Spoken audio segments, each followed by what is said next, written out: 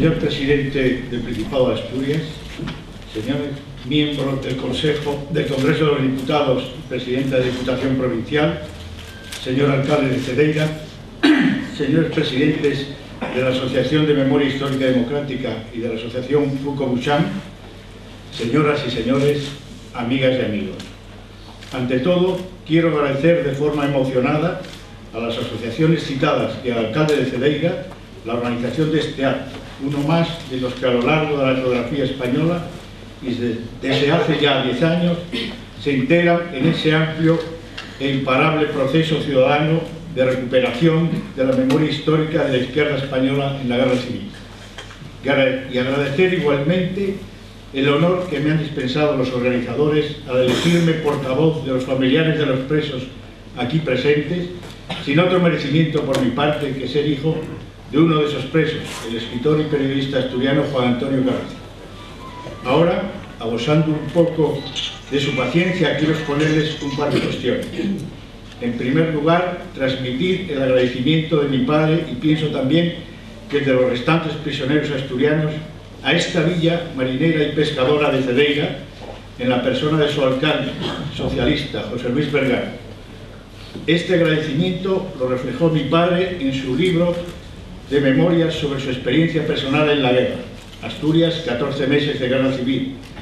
Y al recordar que cuando desde el Montseny, el pesquero con el que pretendían escapar de Gijón y que fue apresado por el crucero franquista Almirante Cervera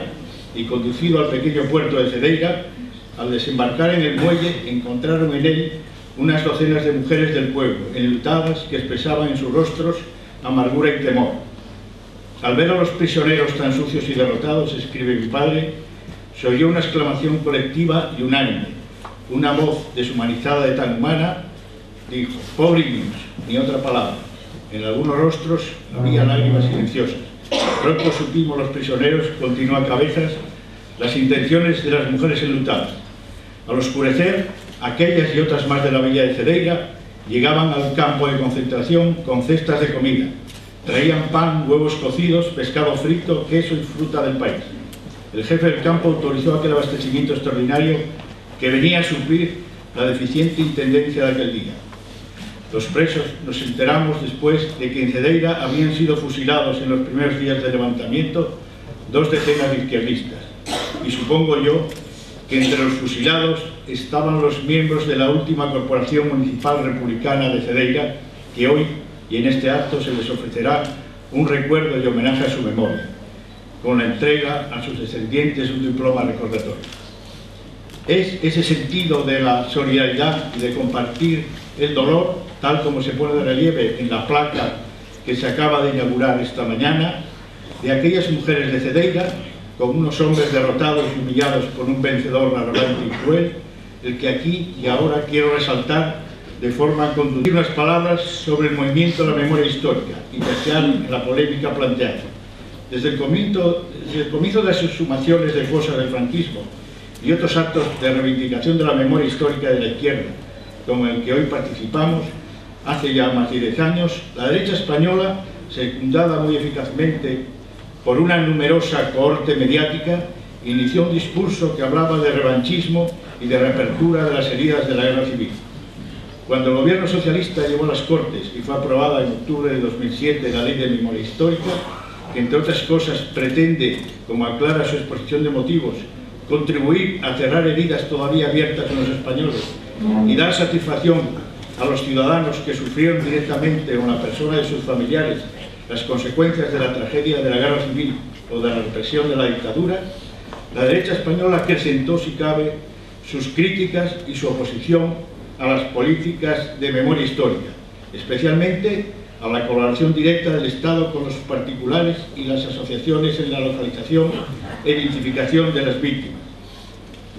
tarea que de forma poco definida establece la citada ley. Más adelante, el juez Baltasar Garzón intentó llevar por la vía judicial esta labor de localización e identificación de las víctimas del franquismo, pero sus esfuerzos pusieron en marcha por parte de la derecha política, social y mediática un enorme luz de insultos, descalificaciones e incluso acciones judiciales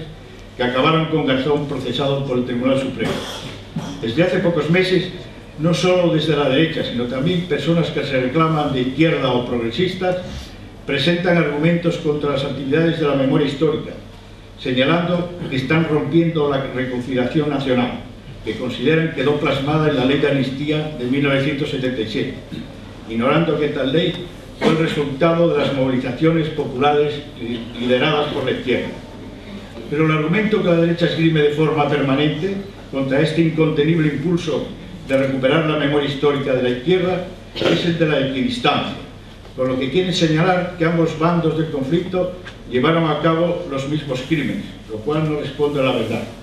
La historiografía actual ha demostrado suficientemente que fue el bando franquista quien perpetró una represión mucho mayor, más intencionada, sistemática y ordenada desde el mando superior,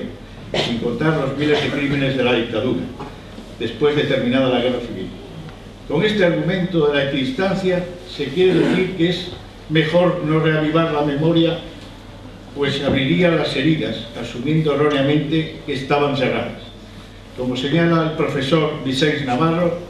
la oposición a conocer el pasado se explica porque el que controla la visión del pasado controla la hegemonía intelectual del presente. Y este es uno de los objetivos que pretende siempre la derecha en nuestro país. Hace pocos días, en concreto el diario El País y toda la prensa, ha publicado los resultados de un estudio del Consejo Superior de Investigación Científica sobre el impacto social y político de 10 años de exhumaciones de fosas del franquismo en España. El director del proyecto, el antropólogo Francisco Ferrandi, señala a este respecto que las fosas de la derrota fueron el eje central de la estrategia franquista para sembrar el terror. Y el hecho de que hoy siga siendo tan polémico abrirlas quiere decir que de alguna manera aún son eficaces en ese sentido, siguen funcionando como una amenaza. Pues bien, como colofón de estas reflexiones, invito a todos los asistentes, y en especial a los miembros de las asociaciones de memoria histórica, a que terminemos con esos temores y reivindiquemos con la mayor energía el derecho a recuperar la memoria y el recuerdo de nuestros muertos desaparecidos en la guerra civil, y cuando se dé el caso, recuperar también sus restos enterrados en tantos campos y cunetas de España. Para terminar mis palabras, nada mejor que unos versos proféticos en este caso, del gran poeta Miguel Hernández, una víctima más del franquismo, del que este año celebramos precisamente el centenario de su nacimiento.